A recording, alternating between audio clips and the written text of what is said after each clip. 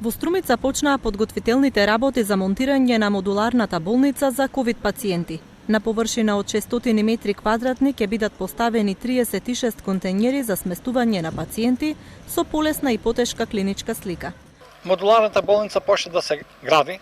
Сега се става подлога, сврдата подлога, кај што ќе бидат монтирани контейнер системот, слушаш модули кои ќе примат околу 33 пациенти, кревети, кај што ќе бидат смесени пациенти со COVID-19. Очекувањата се дека во болницата ќе има пациенти до крајот на годината, а ќе биде снабдена со потребна медицинска опрема. Штом се направи модуларниот центар, ќе имаме на располагање доволно кревети.